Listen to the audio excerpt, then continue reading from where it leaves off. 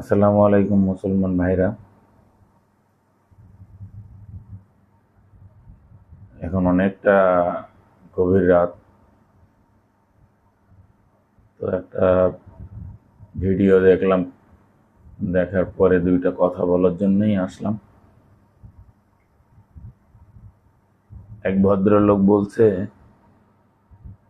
যে বাচ্চা কাচ্চা মসজিদে না নিয়ে আসতে শুক্রবারে। বাচ্চারা যদি ছোট থেকেই মসজিদে যাওয়া আসা তাদের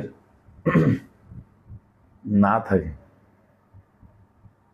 তাহলে তারা বড় হইলে মসজিদে যেয়ে নামাজ পড়তে হবে সেটা বুঝবে কেমন?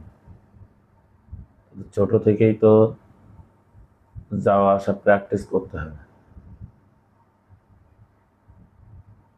তো দেখেন আমার সেই ভাইটা কি বলছে, সেটা শোনেন আপনারা সবাই। আমরা জুম্মার দিনে যারা মাত্র শুক্রবারে নামাজ পড়তে আসি, শখ করে আদর করে বউয়ের কথা বাচ্চাদেরকে নিয়ে আসি মসজিদে।